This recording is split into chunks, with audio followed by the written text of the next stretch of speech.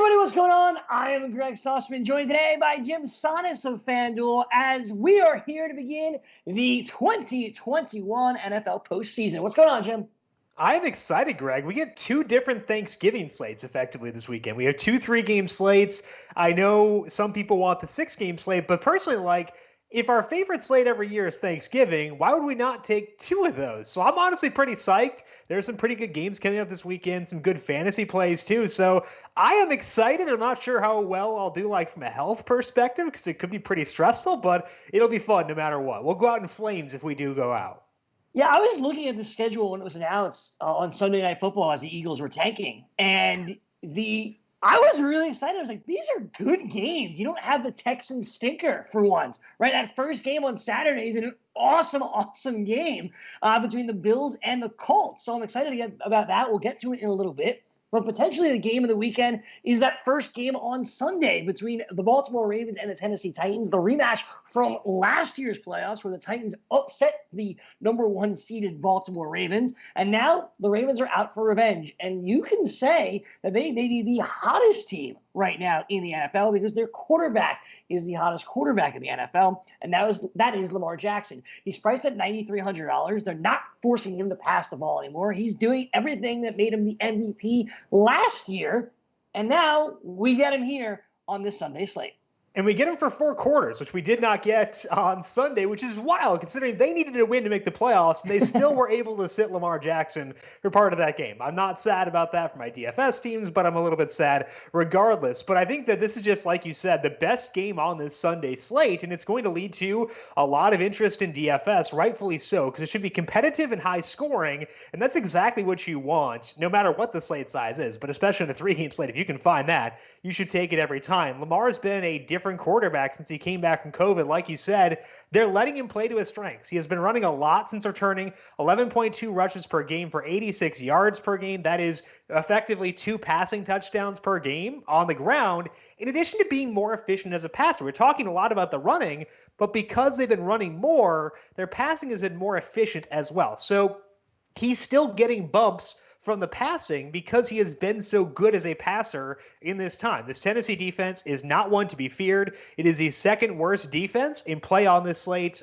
for the entire weekend, actually, behind just the Cleveland Browns. So it's going to be an efficient day for Lamar Jackson as a passer. He's going to run a lot, should run the ball pretty well. We know this game should be pretty close for all 4 quarters.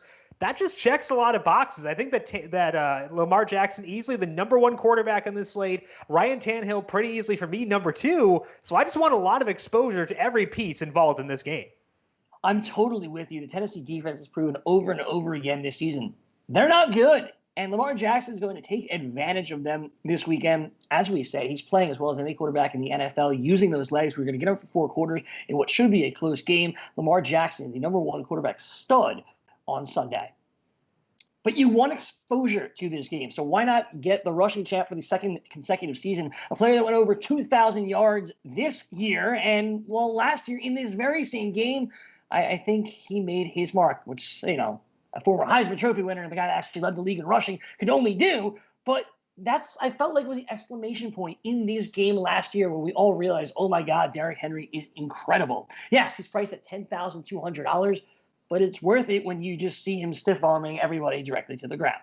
Yeah, and they're at home here, which is definitely reassuring. We've also seen this matchup not just in the playoffs last year, but also this year. And in that game, Derrick Henry had 28 carries for 133 yards. What we see during the playoffs is teams lean on their best players, lean on their strengths to try to, advance their way through. They don't worry about rest, don't worry about conserving these players for later on. So Derrick Henry is going to be getting that rock a lot on Sunday against Baltimore, as he should. He's the best part of this offense, so why would you not lean on Derrick Henry? He's averaged 133.8 yards from scrimmage per game for this entire year, gets about 35% of the team's touches inside the red zone. That's exactly what you want. So I think that if you go with Lamar Jackson and then run it back with Derrick Henry, you're going to be getting almost every point scored in this game. You're going to get the J.K. Dobbins, rushes in there for sure, the Gus Edwards rushes as well, but that's going to get you a really healthy cushion, and I think we'll have the value to jam those 2 guys in, because if Alvin Kamara can't go, Latavius Murray is $5,400, which is just a money salary for him for sure. So I don't think it'll be all that tough to jam in both Lamar Jackson and Derrick Henry. It is the best game on the slate. You want as much salary exposure to that game as you can possibly get. And what better way to do so than pairing Lamar Jackson with Derrick Henry on the other side? It's the best two players in this game. Pair them together, see what happens, make the rest work from there. And based on the way things look initially as of Monday morning, depending on how things break with Alvin Kamara, I think we'll have the salary to get there. And I'd love to do so because it's just so easily the best game on the slate, and they're the best two players within it. Yeah, being able to stack this game, I think, is important on Sunday with Lamar Jackson, with J.K. Dobbins, with Ryan Tannehill. If you don't go with Lamar Jackson, certainly Derrick Henry, and then the wide receiver, man, A.J. Brown, Marquise Brown, Corey Davis. Like, there is a lot of pieces in here that I want a part of. It's going to be a high-score game, a fun game, and starting with Lamar Jackson and Derrick Henry, it's doable, which is exciting. Even if Alvin Kamara plays, getting Latavius Murray in there at that price, I think could be worth it. It should be a fun one on Sunday. Let's move back a day and let's go to that first game of the postseason. It's the Bills and the Colts, which, again, I think is a really good game. Yes, the Bills have played lights out, but the Colts are a good team. I know they struggled at times against Jacksonville in Week 17 in order to make the playoffs, but this is going to be a good game. And Stefon Diggs, he got his rest last week. Josh Allen, I mentioned Lamar Jackson being as hot as any quarterback in the league. Josh Allen is as well. And I think you may want to stack this pair, and we can talk about that on Friday. Stefon Diggs at $8,700. I don't know how you don't lock him in there.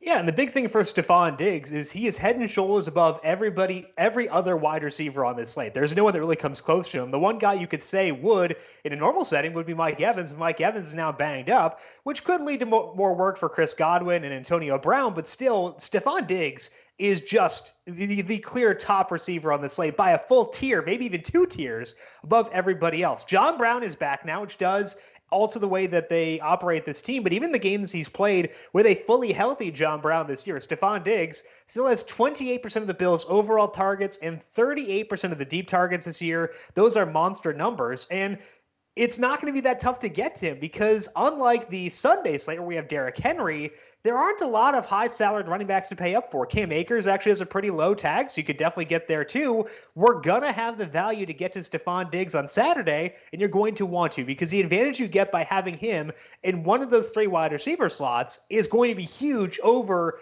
the other guys who could fill that slot. So Stefon Diggs, I think, again, a full tier or two above every other wide receiver on the slate. Yes, the salary is high, but this game is very good, as we talked about, where I think it's the best game on the slate. He is a good player, too. Should go off in this one. The Colts' strength is not in their defensive secondary. So Stefon Diggs, high salary, but very worth it, and very clearly the number one wide receiver on Saturday's slate.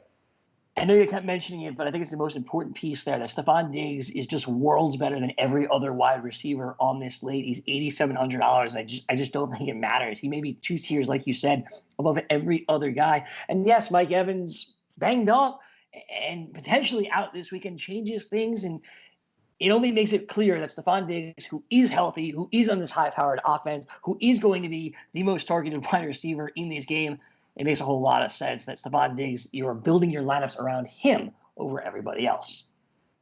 That's going to do it for us here on the FanDuel Hurry Up. Jim, I appreciate the time. I will talk to you again on Friday as we go over our stacks for the weekend, but it should be a fun week of preparation here for Super Wildcard Weekend. I'm just foaming at the mouth already, Greg. Ready for this slate of games. It's going to be fun. I know it's weird to have 7 playoff teams, but if it gets us 3 or 2 different Thanksgiving slates, I'm going to take it every time for sure.